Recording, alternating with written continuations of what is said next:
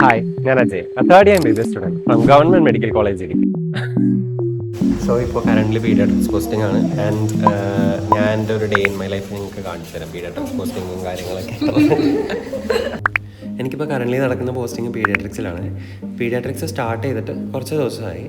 20 days ആണ് ഒരു posting വരുന്നത്. ആൻഡ് ഇത് കഴിയാനായിട്ട് ഒരു 3-4 ഡേയ്സും കൂടിയേ ഉള്ളൂ.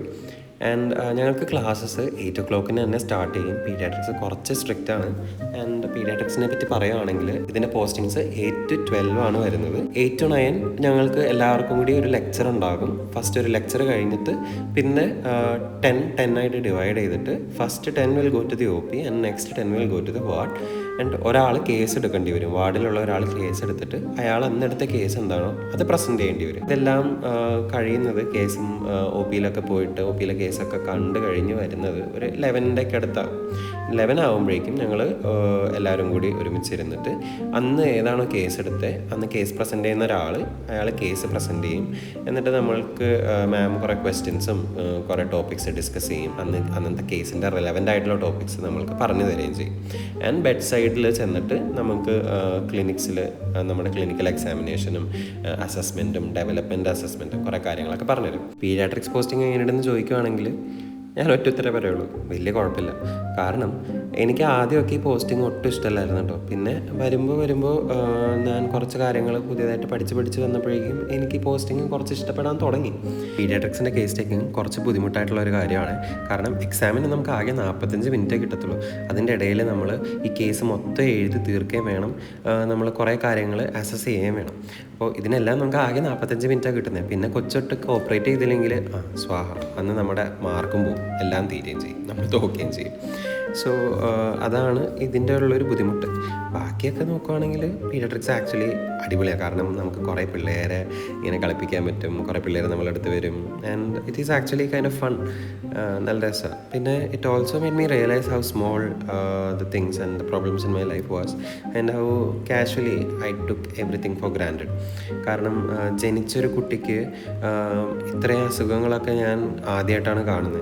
കാരണം ജനിച്ച് വന്നപ്പോൾ തന്നെ ഹാർട്ടിന് അസുഖം, കിഡ്നിക്ക് അസുഖം, പിന്നെ അങ്ങനെ കുറേ കേസസൊക്കെ ഞാനിവിടെ ആദ്യമായിട്ടാണ് കാണുന്നത് തന്നെ. ആൻഡ് അത് കഴിഞ്ഞിട്ട് ഞങ്ങൾ ലോഗ് ബുക്ക് കംപ്ലീറ്റ് ചെയ്യാൻ പോയി. ലോഗ് ബുക്ക് അന്ന് തന്നെ കംപ്ലീറ്റ് ചെയ്യണം, അന്ന് തന്നെ സൈൻ വാങ്ങുകയും ചെയ്യണം. പിന്നെ ലഞ്ച് ബ്രേക്ക് ആയിരുന്നു. സോ ഞാനിപ്പോൾ പറയാൻ പോകുന്ന കാര്യം ഫസ്റ്റ് ഇയർ പഠിക്കുന്ന MBBS സ്റ്റുഡൻസിന് ഭയങ്കര ഹെൽപ്ഫുൾ ആയിട്ടൊരു കാര്യമാണ്. കാരണം നിങ്ങളുടെ യൂണിവേഴ്സിറ്റി എക്സാംസ് അപ്രോച്ച് ചെയ്യാറ്. ആൻഡ് ഫസ്റ്റ് ഇയർ കയറുമ്പോൾ തന്നെ നിങ്ങൾക്ക് കോൺസെപ്റ്റ്സ് ഒക്കെ ഭയങ്കര വേഗമായിട്ടായിരിക്കും മനസ്സിലാവുക. നമ്മൾ 12th പഠിച്ച പോലെ അല്ല ഫസ്റ്റ് ഇയർ കയറുമ്പോൾ പഠിക്കാനുള്ളത്. അനാട്ടമി തന്നെ ഭയങ്കര വാസ്റ്റ് ആയിട്ടുള്ള കാര്യമാണ്.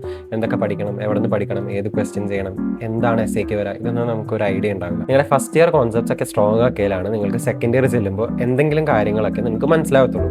സോ ഫസ്റ്റ് ഇയറിലെ കോൺസെപ്റ്റ്സും ബേസിക്സ് ഒക്കെ നിങ്ങൾക്ക് സ്ട്രോങ് ആക്കാൻ വേണ്ടിയിട്ട് ഞാനൊരു ആപ്പ് നിങ്ങളെ പരിചയപ്പെടുത്തി തരാം. It is Fovia, India's first Malayalam learning app.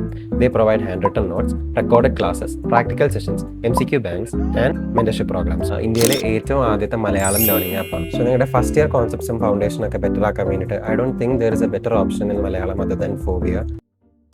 Usually ക്ലാസ്സസൊക്കെ 12 ആകുമ്പോൾ തീരുവേ. ആൻഡ് ലഞ്ച് ബ്രേക്ക് വരുന്നത് 12 to 1 ആണ്. പക്ഷേ ഓൺ ഫ്രൈഡേയ്സ് ഞങ്ങൾക്ക് ലഞ്ച് ബ്രേക്ക് 12 to 2 ഉണ്ട്. കാരണം പള്ളിയിലൊക്കെ പോകണമല്ലോ നിസ്കരിക്കുന്ന ആൾക്കാർക്ക്. ആൻഡ് ആഫ്റ്റർ ദാറ്റ് ക്ലാസ്സിലെത്തിയതിന് ശേഷം ഞങ്ങൾക്ക് ലോഗ് ബുക്ക് സബ്മിഷൻ ഉണ്ടായിരുന്നു ഇന്ന് ഫോറൻസിക്കിൻ്റെ. സോ അതിൻ്റെ തിരക്കിലായിരുന്നു എല്ലാവരും. പിന്നെ ഇടയ്ക്ക് ഇങ്ങനെ എന്തെങ്കിലുമൊക്കെ ഞങ്ങൾ ചെയ്തുകൊണ്ടിരിക്കും ക്ലാസ് തുടങ്ങുന്നതിന് മുന്നേ. ആൻഡ് ഞങ്ങൾക്ക് അത് കഴിഞ്ഞിട്ട് ഒരു കമ്മ്യൂണിറ്റി മെഡിസിൻ്റെ ഒരു ലെക്ചർ ഉണ്ടായിരുന്നു. കമ്മ്യൂണിറ്റി മെഡിസിൻ ഭയങ്കര ബോറിങ് സബ്ജക്റ്റാണ്. I literally hate the subject. പിന്നെ we all decided to go to near by ഒരു ചായക്കട. ചെറുതോണിക്ക് അടുത്താണ്, കുറച്ച് നടക്കാനുണ്ട് കോളേജിൻ്റെ അടുത്തുനിന്ന്. അവിടെ ചെന്നിരുന്ന് കുറച്ച് നേരം സംസാരിച്ച് ബജിയൊക്കെ കഴിച്ച് ഇങ്ങനെ വ്യൂ ഒക്കെ ആസ്വദിച്ച് ഞങ്ങളവിടെ കുറച്ച് നേരം സംസാരിച്ചിരുന്നു. After that I headed back to my hostel. അങ്ങനെ ചായയൊക്കെ കുടിച്ച് കഴിഞ്ഞ് വന്ന് ഞാൻ ബാക്കി വീഡിയോസൊക്കെ റെക്കോർഡ് ചെയ്യാൻ മറന്നു. I was really tired. ഞാൻ കുറച്ച് നേരം കിടന്നുറങ്ങിക്കഴിഞ്ഞു. പിന്നെ ഞാൻ എഴുന്നേറ്റിട്ട് ബാഡ്മിൻ്റൺ കളിക്കാൻ പോയി. അത് കഴിഞ്ഞിട്ട് ഫുഡ് കഴിക്കാൻ പോയി. തൊട്ടടുത്ത് ഒരു ഹോട്ടലുണ്ട്, അവിടെ പോയി ഫുഡ് കഴിച്ചിട്ട് തിരിച്ചു വന്നു. പിന്നെ ഒരു 8:30 ഒരു 9 ഒക്കെ ആയപ്പോഴേക്കും ഐ സ്റ്റാർട്ടഡ് ഡൂയിങ് എഡിറ്റിംഗ്. കുറച്ച് എഡിറ്റിംഗ് വർക്ക് ഉണ്ടായിരുന്നു, അപ്പോൾ അതൊക്കെ ഇരുന്ന് ചെയ്തു. പിന്നെ ഈ വീഡിയോസ് എല്ലാം കമ്പൈൽ ചെയ്ത് അത് എഡിറ്റ് ചെയ്യണമായിരുന്നു. സോ അതിൻ്റെ എഡിറ്റിംഗ് ആണ് നിങ്ങൾ ഈ കാണുന്നത്. അങ്ങനെ ഐ എൻഡഡ് മൈ ഡേ. കുറച്ച് സീരീസൊക്കെ കണ്ടിട്ട് പിന്നെ ഞാൻ കിടന്നുറങ്ങി. So this was my day. And NEET ആസ്പിറൻസിനോട് ഒരു ടിപ്പ് എനിക്ക് പറയാനുണ്ട്. നിങ്ങൾക്കിപ്പോൾ ലാസ്റ്റ് ലാപ്പും കൂടിയാണ്, നിങ്ങളുടെ എക്സാംസ് അടുത്ത് വരാറായി, 70 more days ഉണ്ട് നിങ്ങൾക്ക് എക്സാംസിന്. ആൻഡ് എൻ്റെ ഒരു ഒപ്പീനിയൻ വെച്ചിട്ട് പറയുവാണെങ്കിൽ start doing previous year questions. ഒരു ദിവസം ഒരു പ്രീവിയസ് ഇയർ ക്വസ്റ്റ്യൻ ഒരു OMR വെച്ചിട്ട് നീറ്റിൻ്റെ പാറ്റേണിൽ തന്നെ 3 hours ഇരുന്നിട്ട് അത് ചെയ്യുക.